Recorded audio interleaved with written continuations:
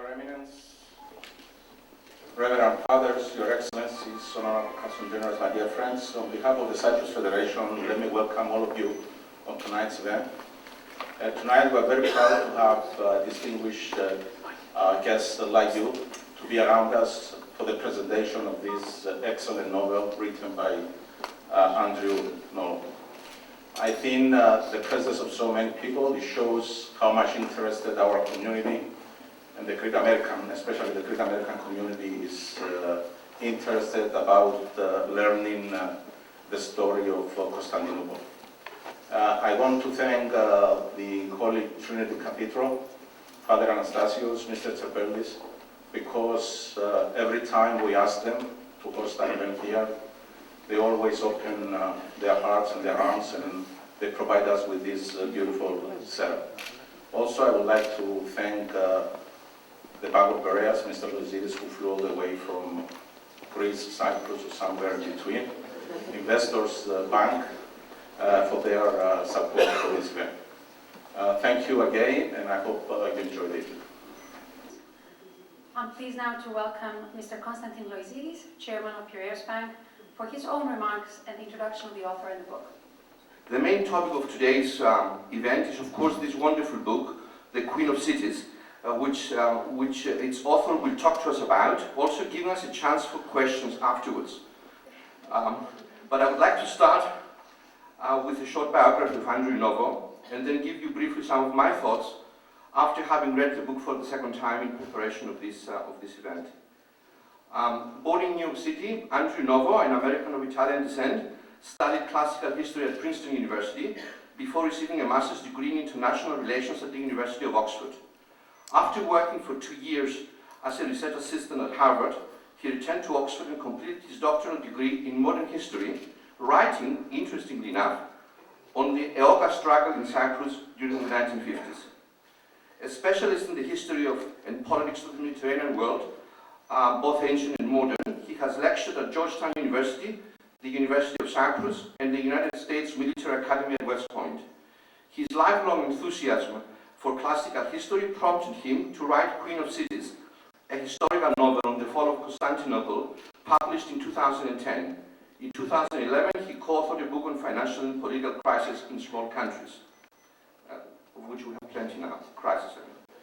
Andrew is currently an assistant professor of strategic studies at the National Defense University's campus in North Carolina, where he teaches international affairs to the Army Special Operations Forces. Now let us talk about the book and its subject, the fall of Constantinople, that profoundly shocked the Christian world at the time. Andrew obviously researched the topic extensively, and I could tell, as I also have a strong interest in Byzantium and have an extensive personal library on the subject. And basically, Andrew followed faithfully the events as they have recorded, as they were recorded by various eyewitnesses at the time, and created a very easy to read, well-presented account of the fall of Constantinople. If one only has time or the inclination to read but one book on Constantinople, then this book is easily highly recommended. The tale unfolds clearly, putting us mostly in the mind of Sultan Mehmed and his passion to conquer Constantinople, always tempered, though, by the setbacks that the heroic defenders caused, as well as by the experience of his relative youth. Constantinople, the Queen of Cities, had walls that were not penetrated by force before. As the book describes, no man, not the great Attila, the Shah of Persia, the Counts of Bulgaria, not even the Sultan's father, had ever breached the walls. Had the city survived, though, only by the brute force of her defenses? Not really. She had earlier either accommodated or paid tribute, or both, to many military stronger foes in order to stay independent, from Western Crusaders to the hordes of Genghis Khan. The book brings the siege alive, from the disposition of the armies, the placement and the use of cannons, some of the biggest in the world, made by Hungarian engineers at the time, especially for this siege, to the mining of tunnels below the walls of the city, to the cries of the desperate defenders as they fought a multiple number of enemies. Before I pass you on to Andrew, though, I would like to provoke you a little bit, if I may, by sharing some of my thoughts as I have reread the book in the last couple of weeks in anticipation of this presentation. As I was reading the book, I could not but helped draw parallels with the situation of Greece today. Not so much in facing a horrible physical threat, which is fundamentally the fundamental difference with Constantinople that was forever languishing under the threat of the Ottoman Empire, but rather the internal infighting and lack of unity, as well as the dependence on the European powers to provide a rescuing hand. Consider this. Constantinople was harangued for a long time by internal strifes, discontent, and total lack of unity in facing very obvious external problems. Does it ring a bell? The Queen of City finally faced the truth that if its European allies did not come to its aid, it would certainly collapse, both financially and politically. Its European allies would not agree among themselves as to the correct course of action, whether action should be taken, and took too long to decide to send aid anyway. Constantinople, facing harsh realities, had to concede a significant dilution of its sovereignty. For example, by agreeing in the past, but also suggesting during the siege to pay tribute to the Sultan if he left them alone, simultaneously conceding to the Ottoman Empire all lands conquered to that point. In trying to convince the Pope to intercede with the Venetians, primarily to come to the aid of the city, a number of emperors, starting with Michael Palaiologos at the Council of Lyon and ending with Constantine Palaiologos, had agreed to a religious union with Rome, with the Orthodox Church submitting to the Roman doctrine and administrative and disciplinary authority of Rome, despite the opposition of most of the church and of the people in Byzantium. Ironically, after the fall of Constantinople, it was Sultan Mehmed who reinstated the independence of the Orthodox Church from Rome, with many of its original rights. As part of earlier concessions, accepting the existence of an autonomous colony, Pera or Galata, next to the city by the Genovese trading merchants, who thus undercut the revenues of Byzantium with their trading activity, and it goes on and on. Finally, and most characteristically, and that may ring a bell, the huge trend to avoid taxes, with the notable example of the Grand Duke Notaras, effectively the number 2 in the hierarchy of the empire, stashing his money in bank deposits in Italy with Italian banks, as his country was desperate for revenues to shore up defenses, etc. With this decline in evidence, the city's population also declined, dropping from about 1 million people in the 12th century to only about 100,000 by the time of the last siege.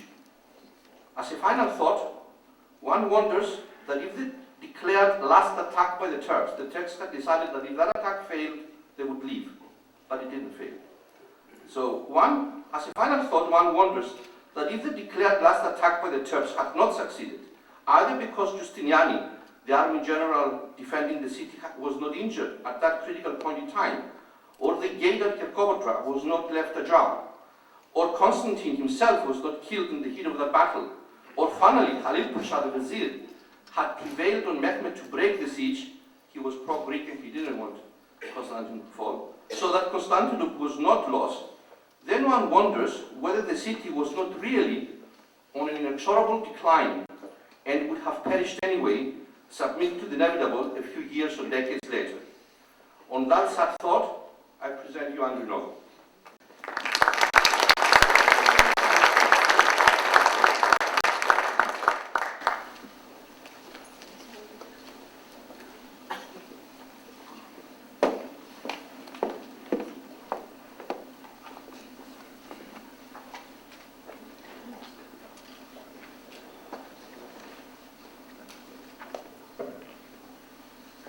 Kalispera, Kyrios και Kyrie.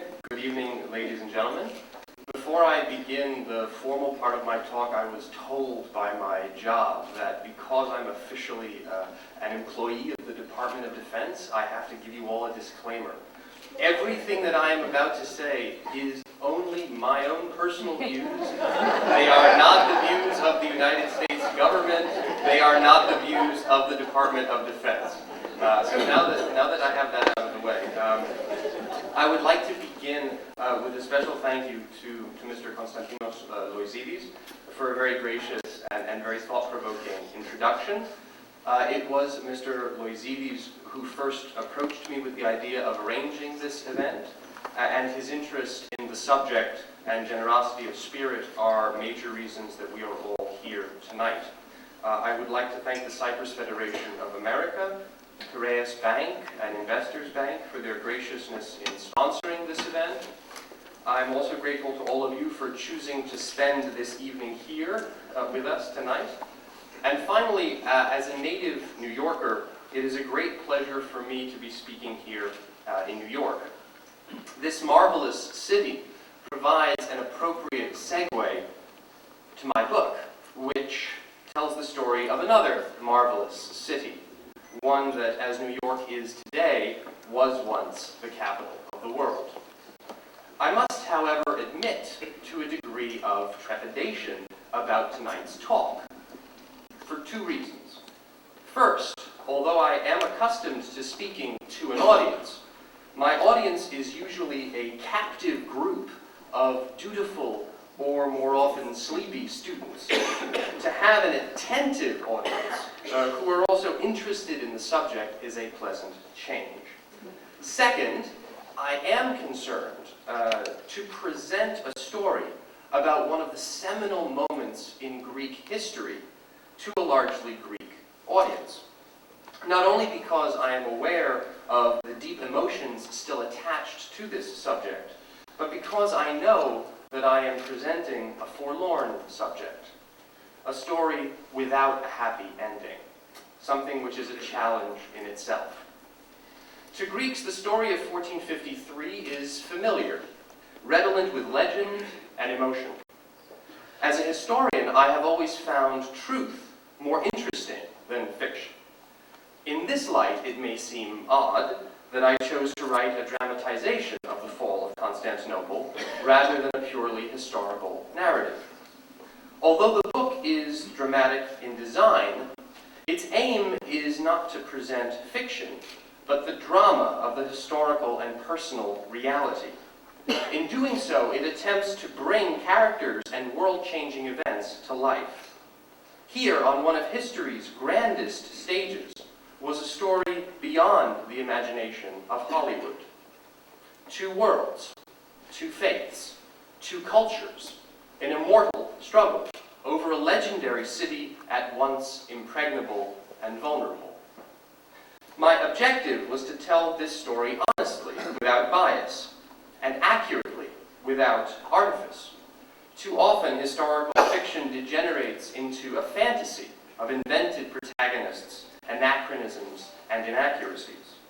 My goal was to give this drama words, or rather, to have this drama speak for itself. And it is the inherent human drama that I want to highlight tonight. This is a story of people who, despite lofty titles and the gilding or dross of history, acted for human motives. It is a story that closed the Middle Ages and served as epilogue to the ancient world, but also one that defined the future and continues to influence the world in which we live. With such a story, we must remember that the meaning of 1453 depends on where one sits. For Turks, it remains a day of triumph, where one of their greatest heroes assumed the mantle of the Caesars. For Greeks, however, Tuesday, May the 29th, 1453, remains an indelible day of mourning.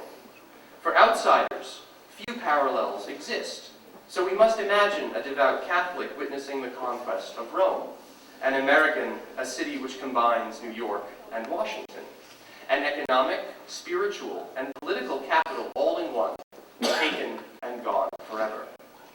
This reality means that the fall of Constantinople echoes in the present, heightened by events in recent history, such as the anti-Greek riots of 1955, and the struggle to maintain an Orthodox community within the city to this day.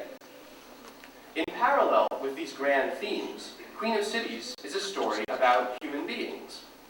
At the heart of the drama is the clash between the Turkish ruler, Sultan Mehmed, seen on the right, and the Byzantine ruler, Constantine XI Palaiologos, seen on the left. History has afforded few examples of more dissimilar adversaries than Mehmed and Constantine. In 1453, Constantine ruled a Byzantine empire that was a scrap of its former glory. At its height, emperors had ruled from Syria to Spain, a territory larger than modern India. But after centuries of foreign invasions, military defeats, civil wars, and religious controversies, Constantine controlled little beyond the city of Constantinople itself, and the Peloponnese, a territory not larger than modern Israel. In contrast, Mehmed II ruled an empire which stretched across the Balkans and through modern Turkey. Known to Turks as Mehmed the Conqueror, he extended the empire in all directions, raiding as far as Italy. Mehmed was 21 when his armies laid siege to Constantinople, a young ruler seeking expansion. Mehmed was a leader of astonishing talents and remains one of the most extraordinary leaders in Turkish history. He was a linguist, a lawgiver, and a conqueror, capable of genius and brutality, shrewd political maneuver, and cruel abuse of power. For the Byzantines, there was no hope of negotiation with Mehmed. The Sultan had tangible strategic reasons for attacking Constantinople beyond the historic appeal of the city. The city was at the heart of his empire, an enemy stronghold severing his Asian and European provinces, a rallying point for crusaders, political intrigue, and domestic unrest. Constantinople was his first goal, but his ambitions exceeded it. He saw himself another Alexander, eager to conquer a continent, to rule Europe and Asia. Constantinople first, then Baghdad, Vienna, or even Rome. Yet not all members of Mehmed's court were as committed to war as he was. His Grand Vizier, Halil Pasha, who had served Mehmed's father, looked to avoid war. Halil had little desire for further conquest and feared a unified response from the Western powers and to any move to conquer the city. Halil's caution and suspected Greek sympathies troubled Mehmed, putting the two men on a collision course. Constantine Palaiologos was sunset to Mehmed's dawn, nearly 50 at a time when most people died before 60, twice widowed, childless, impoverished. It was his task to prolong the life of the empire by whatever means possible, a doctor treating a patient with a terminal disease.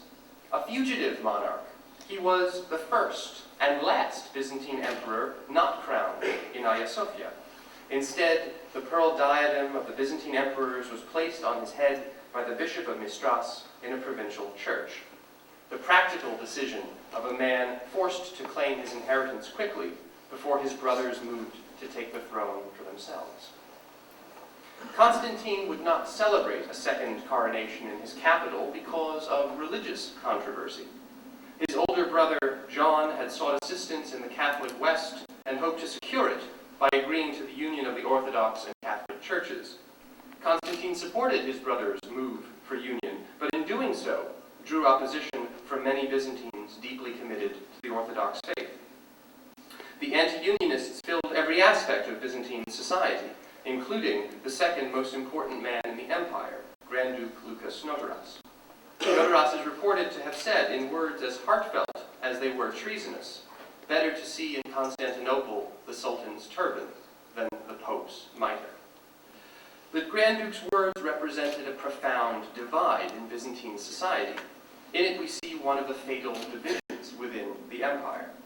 Tensions between Constantine and Notaras were profound, as were the differences between Notaras and the man who would command Constantinople's land defenses, Giovanni Giustiniani.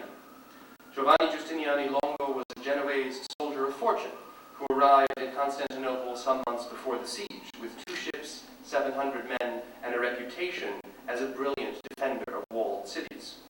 Constantine rewarded him by making him commander of the land defenses and a marshal of the empire. Notaras distrusted him as nothing more than a foreign barbarian seeking wealth and glory. A successful defense would require all of Giustiniani's expertise in siege warfare. Constantinople had never been poorer or weaker. Less than 5,000 Greeks would bear arms in its defense.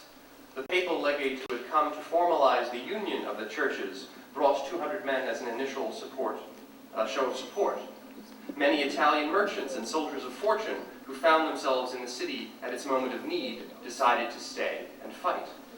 Fighting men came also from the nearby Genoese colony of Pera, just across the Golden Horn, but unofficially, to avoid endangering their colony's neutrality. These forces combined added perhaps another 2,000 men to the defense. In some places, the walls of the city, here in their modern reconstruction, were in disrepair. Supplies of food and weapons were limited. The unification of the churches prompted the Pope to pledge assistance and set about recruiting a relief force.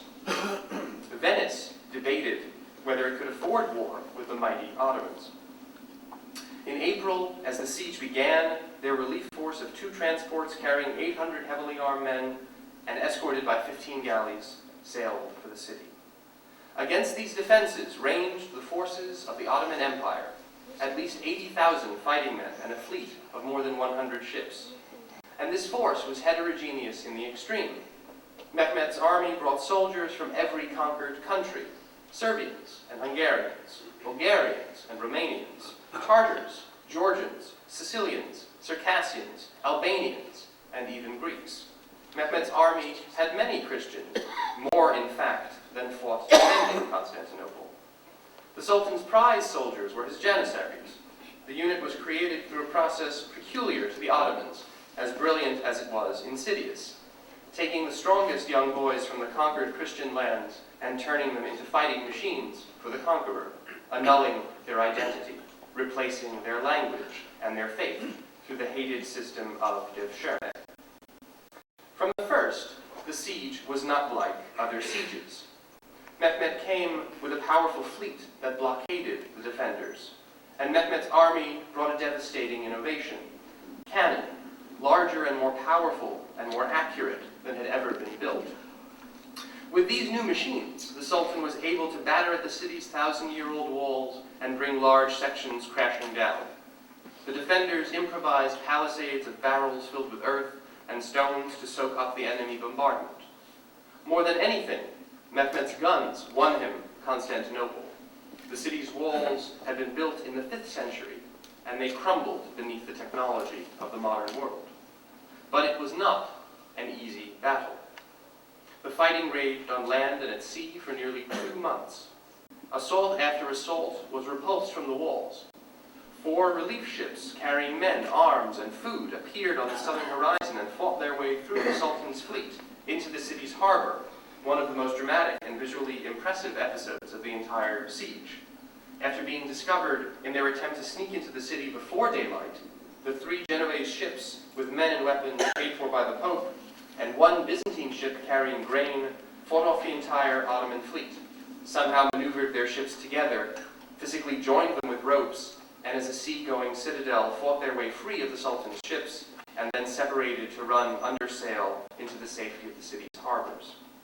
Furious at this humiliation, Mehmet had his admiral stripped of his command, publicly flogged, and sent into exile. The arrival of some relief injected fresh hope in the defenders, but this soon faded when a scout ship failed to find the larger relief force expected from Venice. The Venetians were coming, but painfully slowly. Mehmet would have the chance for one more major assault. Massive preparations on the Turkish side tightened the noose.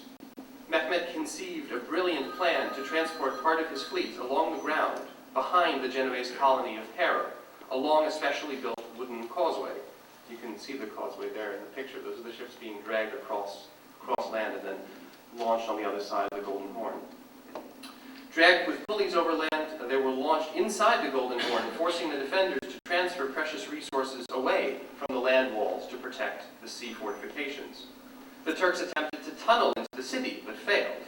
But each day, the guns continued to grind the walls to dust. The defenders repaired the damage as best they could, and knew that their best hope of survival remained armed relief from the west. In 1453, Constantinople stood as the only major Orthodox Christian power in the Eastern Mediterranean. Its potential allies were all Catholic states: Hungary, Poland, and the city-states of Italy, most prominently Venice. Western princes, exhausted from years of war and plague, feared conflict with the Turks. At the same time, many felt obliged to assist in repelling their advance and defending Constantinople. And certainly, they had reason to fear that after the fall of the city, the Turkish avalanche might next fall upon them.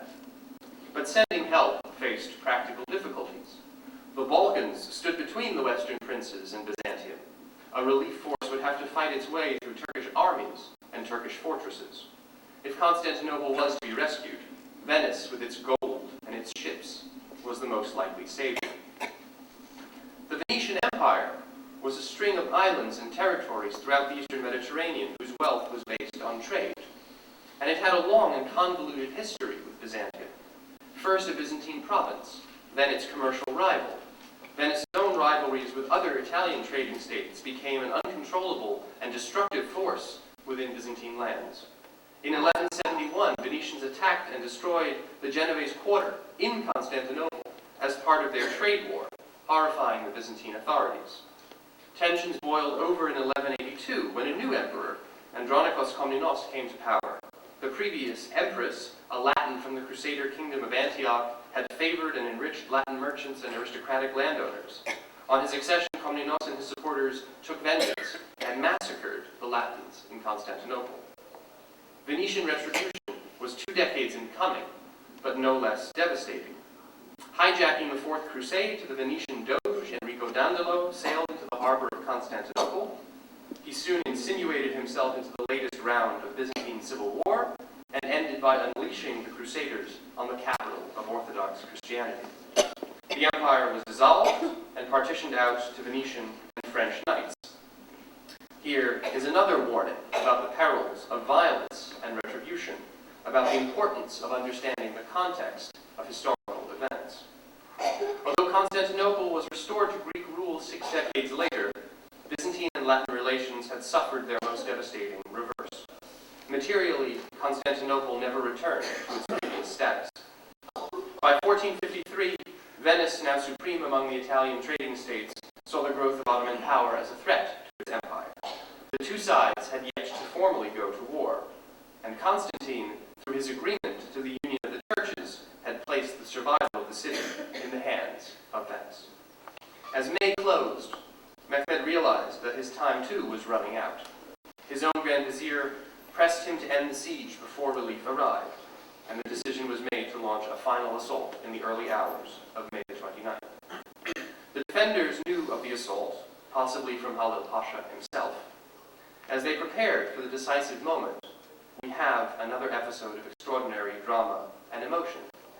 The emperor making a final review of the defenses. I wonder what thoughts must have passed through the mind of Constantine Palaiologos during that night, as he looked out at the innumerable Turkish campfires, at the city's battered walls, and his own exhausted soldiers. What did he feel? What would all of us feel, waiting for sunrise and knowing that it would be our last sunrise? That the clothes we are wearing will be the last that we put on? What would any of us feel looking out at our city and our home and our children, and knowing with near certainty that within hours they would be taken from us and destroyed?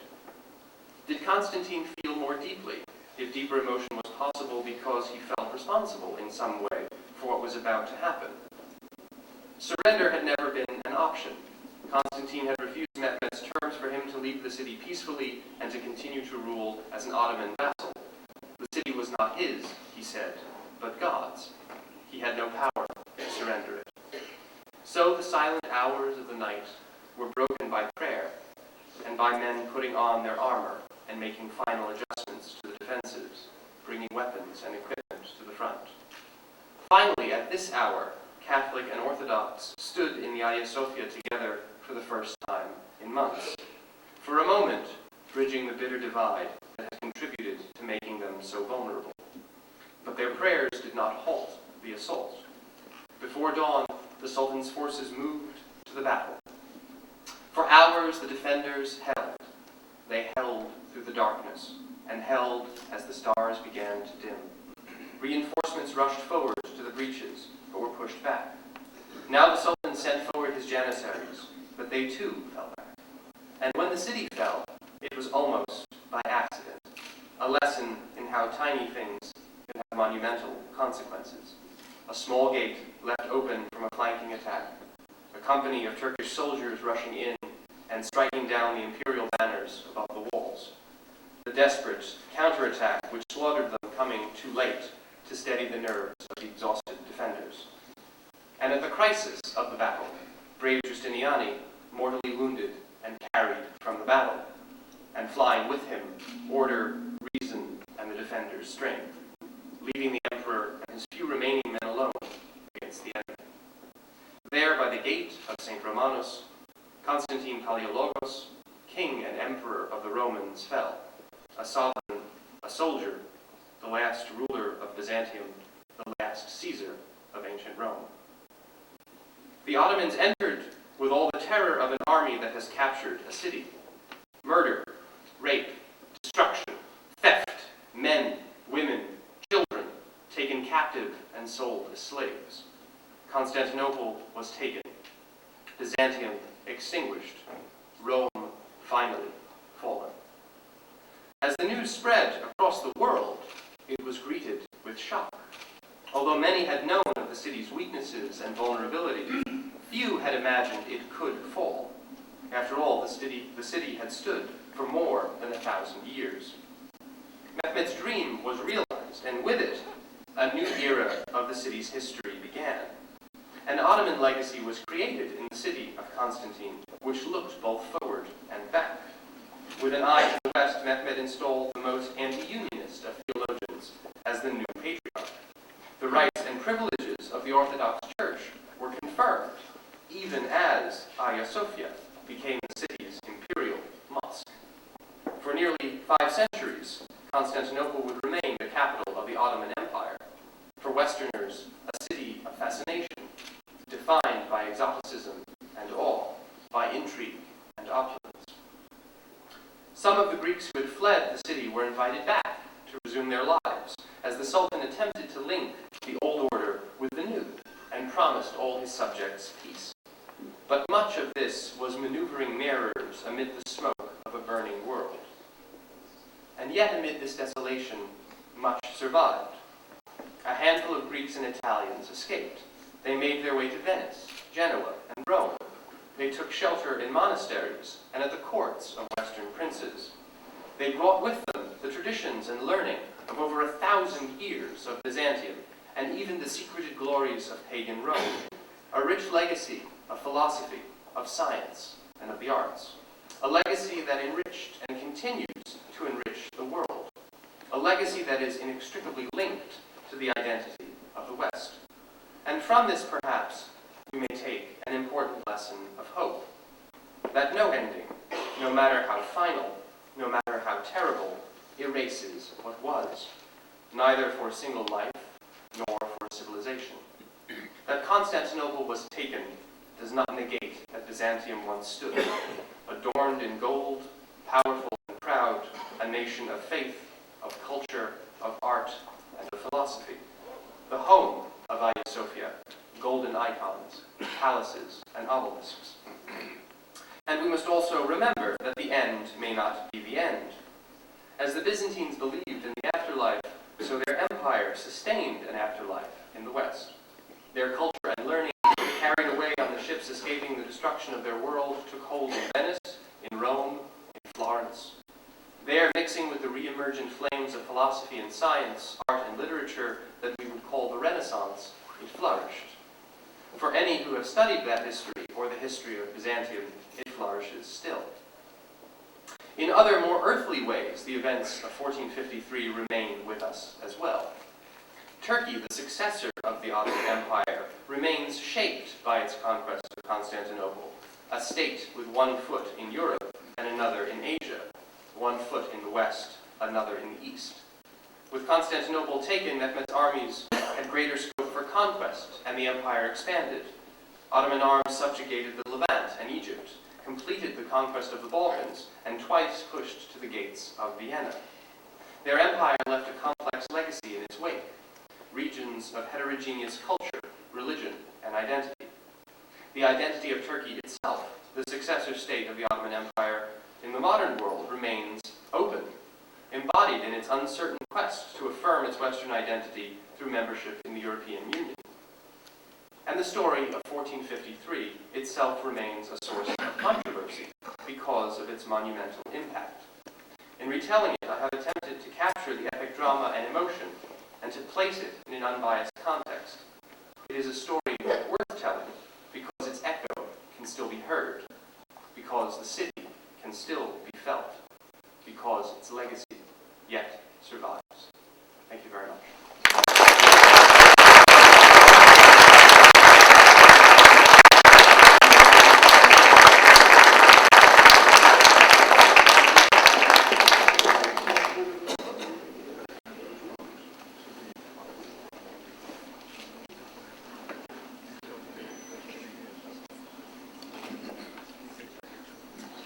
Thank you, Professor Novo, for a very thought-provoking presentation, for bringing the events that shaped the world today to life and the characters.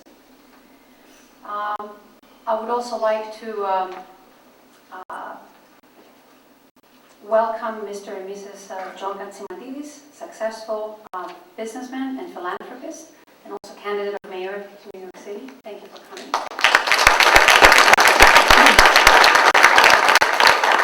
And before we have the closing remarks by the Archbishop, I would like to open the floor for any questions.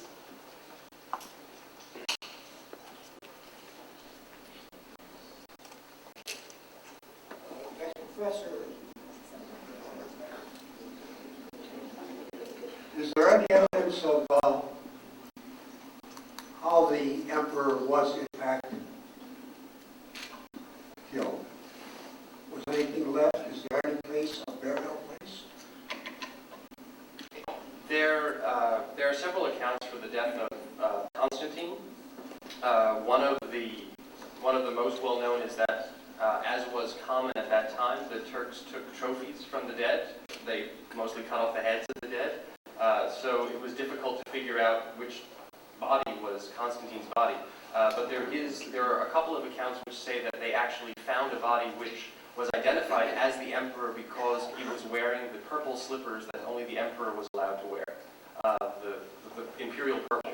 So Constantine was wearing those slippers, and so a body was found that had the imperial purple slippers and also had the Paleologos crest, the double-headed eagle, stamped onto its legging armor. So he probably fell at the gate of San Romanos. Was he buried with the father? His body, as far as we know, was buried with everyone else's body where he fell. There are, of course, different accounts, and this is where you can get into some of the controversy.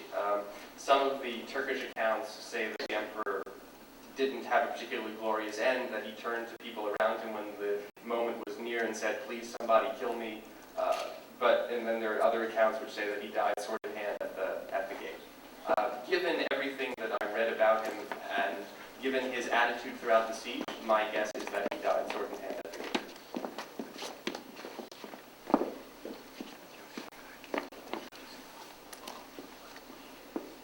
What are the major sources of information that you used in writing this novel, and how long did it take?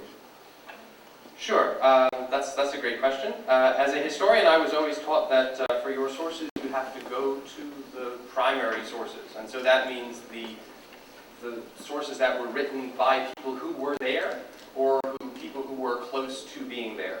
So for that, we have George Francis, who was the emperor's personal secretary, very close to the emperor, wrote a very brief account of his life.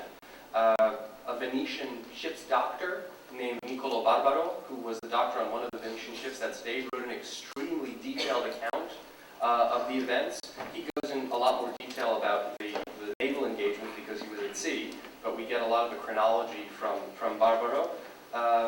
Leonardo of Chios, a Catholic archbishop who was in the city as a representative, wrote a letter to the Pope a couple of days after the fall of the city, a month after the fall of the city, and so he describes events quite well. So there's this wealth of chronicles, both from people at very high levels of society, all the way down to someone like Barbaro, who's an educated man, but just the surgeon of a ship, as opposed to an archbishop, or the Genoese governor of Pera wrote an account to his brother describing the event. I mean, this was an earth-shattering event. It was the most significant event any of these people experienced. They knew it was going to be the most important event any of them experienced, and so they wanted to write about it.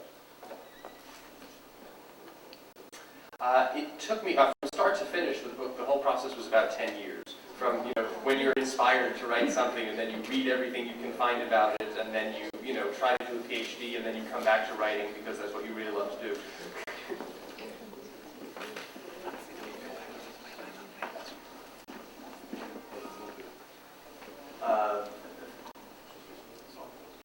Thank you very much. That was very enlightening. I have a question.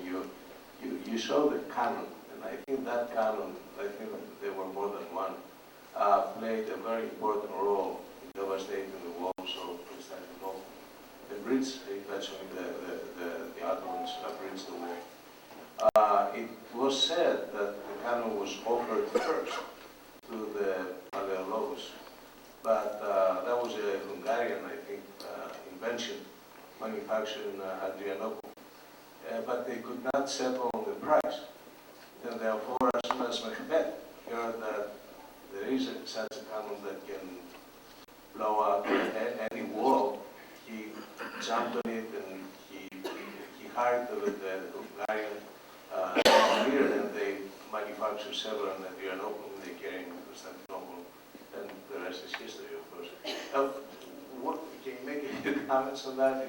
Certainly. So the broad outline, what you described, is absolutely correct. From what we know of the historical record, a Hungarian engineer named Orban, the best guess is that he was a Hungarian, was actually in service with Constantine Palaiologos, with the Byzantine Empire, and the Byzantines simply ran out of money. They couldn't pay him.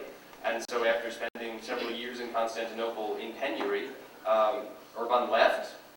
He went to the next biggest place, the biggest place he could find, which was the court of the Sultan, and he said, "I'm a cannon maker," and the Sultan said, "I think that's going to be very useful, and I have lots of money, so please come." There was a level of guns that were built. The first thing that Mehmed did, which is not in my talk, it's in the book, is he built a castle, essentially a city, which is just a few miles north of Constantinople. So for any of you who have visited it, you just take a boat and you can take this little tour, and you get to this fortress, which the Turks called Bogus Kashen, which in Greek the name translated as Lemokopia, the cutter of the throat, or the cutter of the strait, because it was in the strait, so it had a very cool double entendre.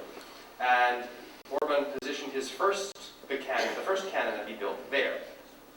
And the Sultan said, any ship passing through the straits, ships coming from the Black Sea, ships bringing supplies, ships bringing food, they will pay a toll. The Venetians didn't like that. They tried to run the blockade. One captain succeeded in running the blockade. The other captain failed. His ship was sunk by the cannon in the fortress. Half of his crew was beheaded. The captain himself was impaled. And then Urban continued to build larger and larger guns. The largest one that he built it actually blew up during the siege. This is 1453. Artillery is in its infancy. They didn't really know what they were doing, so they would just build these giant things and point them in the general direction they wanted them to go. They would fire them. Sometimes you would kill more of your own people than the other side. The Byzantines had some guns. They tried to put them on the walls. The walls started to shake so much that they thought they would fall down. It's a sad commentary on the sort of old technology of the walls not working with the new technology of the guns. I have my grandson with me. He's 10 years old. He's asking me many questions about history. He was fascinated to come. He wants to know in a few words, if you can tell us, after Alexander the Great, how chronological would go to the Byzantium, and how Byzantium was taken by the Greeks, or the Greeks was taken by Byzantium in literature and philosophy and stuff. Okay, so in the next 30 seconds, that's a good question. I like that young man's question because it's an ambitious question. It's the kind of questions that we're all encouraged to ask and very rarely do. So Alexander the Great is part of what historians call the Hellenistic age, and they differentiate that from the Hellenic age, the age of Pericles. So Alexander the Great becomes king of Macedonia. He marches east. He conquers the Persian Empire. After his death, his conquests fall apart. His generals take it over. Part of his conquest falling apart is the emergence, I know I was introduced as an Italian American, so excuse me, the emergence of a certain power to the west of Greece known as Rome, which shows up on the scene and finds some of Alexander's successor states fighting among each other.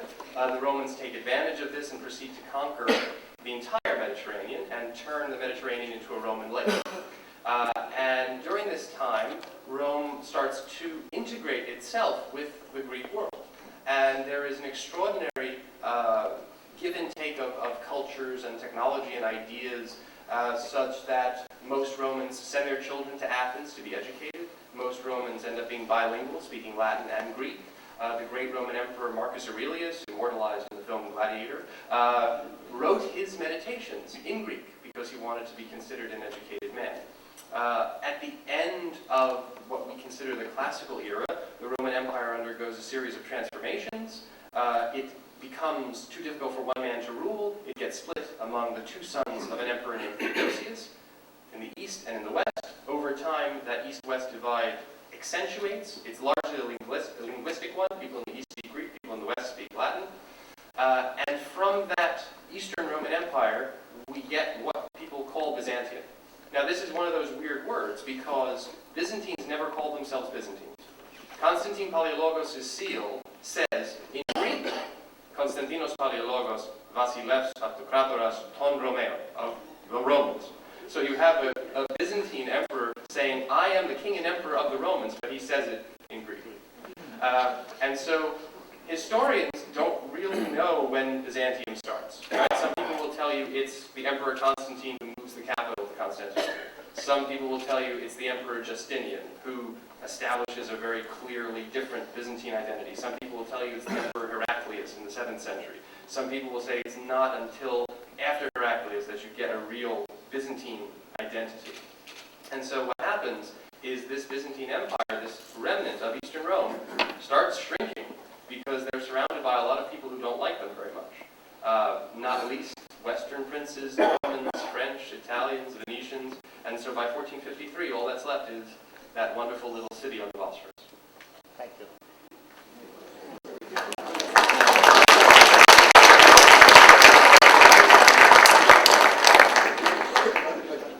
Andrew, I didn't see you take a breath on that one. So I'm going to ask a question. Time for one or two more questions. Do I get a question? As an Italian who spoke Greek very well now, we consider you an educated man as well. Thank you. You obviously present some modern day lessons Yes. to your class. What would those be if you could share some of those with us? Of this event? Yeah.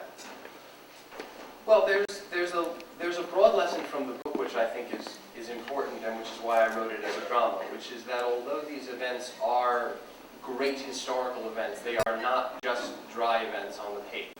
And the reason I wrote it as a drama was to try to bring it alive because of the extraordinary people involved and the extraordinary drama behind it. I think in terms of broader lessons from a more academic point of view, you would think about the terrible price that is paid for cycles of violence and retribution, which is why I brought up the massacre of the Latins and the sack of Constantinople. The terrible price that is often paid because of disunity. It was appalling to read centuries of Byzantine history where more and more people fought over less and less until you have members of the same family fighting over almost nothing and willing to defect to the other side for a city, which is quite shocking. Yes, it's my question. Oh, thank you very much. First, it was marvelous. Thank you. And you filled in so many gaps. My question relates to primarily Florence. I know in the 1390s there was an influx of scholars from Byzantium to Florence. And you showed the Council of Florence that was also in Florence at one point. Yes. With Cosimo de' Medici. So here you have two major cities where there were connections with Constantinople. Did they try to? Florence at the time, you bring up the scholars who were there. I mean, when Mr. Loizidis spoke about the sort of when Emperor Manuel went to the west to try to raise awareness. Essentially, it was a horse and pony show. Let me raise awareness for how difficult my situation is. Can you please come and help? There were traveling scholars and philosophers who he brought with him who stayed in Florence.